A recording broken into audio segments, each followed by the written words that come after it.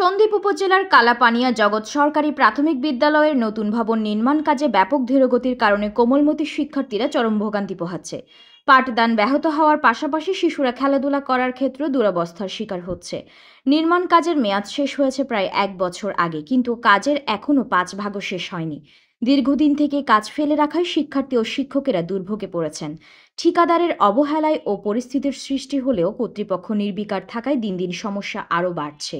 School গেটের name প্লেটে দেখা যায় 2021 সালের 31 ডিসেম্বর 4,42,00,000 টাকা ব্যয়ে এমডিএসপি প্রকল্পের নির্মাণ কাজের ভিত্তিপ্রস্তর স্থাপন করেন তৎকালীন সংসদ সদস্য মাহফুজুর রহমান মিতা। নির্মাণ কাজের সময় ধরা হয় 24 মাস। সেই সময় অতিবাহিত হয়ে গেছে এখন 10 মাস হতে চলল, কিন্তু ঠিকাদারি প্রতিষ্ঠান ওয়াহেদ কনস্ট্রাকশন স্কুল মাঠে বালু ফেলে রেখে আর আসেননি। জানা গেছে 1962 সালে কালাপানিয়া ইউনিয়নে জগৎ সরকারি প্রাথমিক বিদ্যালয় প্রতিষ্ঠিত হয়। এদিকে বিদ্যালয়ে পাঠদান চলছে জরাজীর্ণ ঘরে। নতুন ভবন নির্মাণের কাজ করা হচ্ছে এই ভেবে তাই পুরনো ভবনটি 2014 সালে ভেঙে ফেলা হয়েছে। ফলে বেড়া দিয়ে কোনো রকম ঘরে ঘেরাও করে চলছে শিক্ষা কার্যক্রম। নতুন ভবনের কাজ কবে নাগাদ শেষ হবে বলতে পারেন না কেউ। পাঠদান অব্যাহত রাখার জন্য বাঁশের খুঁটি, বেড়া ও টিনের ছাউনি দিয়ে অস্থায়ী স্থাপনা নির্মাণ করা হয় 2014 সালে। নড়বড়ে উক্ত স্থাপনাটি ঝড় বৃষ্টিতে গত 10 বছর পর্যন্ত কয়েকবার বিধ্বস্ত হয়ে গেছে। এতে পাঠদান কার্যক্রম দুরূহ হয়ে পড়ছে। প্রচণ্ড তাপদাহে ও বৈরী আবহাওয়ায় চরম দুর্ভোগ পোহাতে হচ্ছে শিক্ষক ও শিক্ষার্থীদের। আমরা কষ্ট হচ্ছে,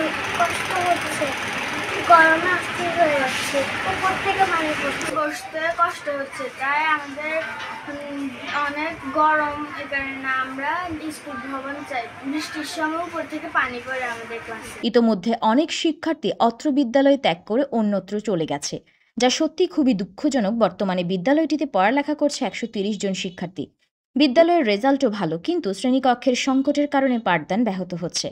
কালাপানিয়া জগৎ সরকারি প্রাথমিক বিদ্যালয়ের প্রধান শিক্ষক মোহাম্মদ আলমগীর হোসেন বলেছেন, আমি 11 বছর ওই বিদ্যালয়ে কর্মরত আছি। যখন এই স্কুলে আসি তখন এখানে 2টি ভবন জরাজীর্ণ ছিল। 2014 সালে আমরা 2টি ভবন ঝুঁকিপূর্ণ বিধায় ভেঙে ফেলার টেন্ডার দিয়েছি। এখানে 2টি ভবন ছিল।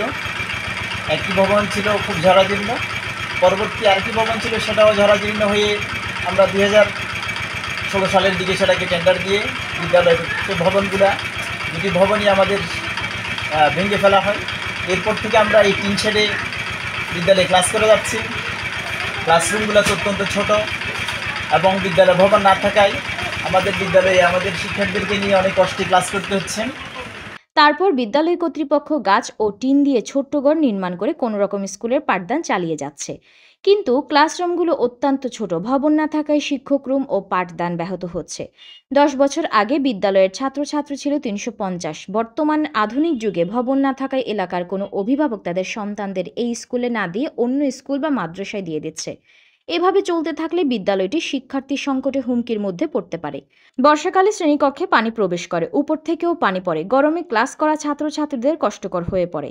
এই থেকে দ্রুত আমরা উত্তরণ চাই। এই বিষয়ে উপজেলা প্রাথমিক শিক্ষা অফিসার খোরশেদ আলমের কাছে জানতে চাইলে তিনি বলেন, এমডিএসপির আমাদের সন্দ্বীপে প্রায় 24টি প্রাথমিক বিদ্যালয়ের নতুন ভবনের কাজ সবগুলো একই অবস্থার মধ্যে পড়ে আছে।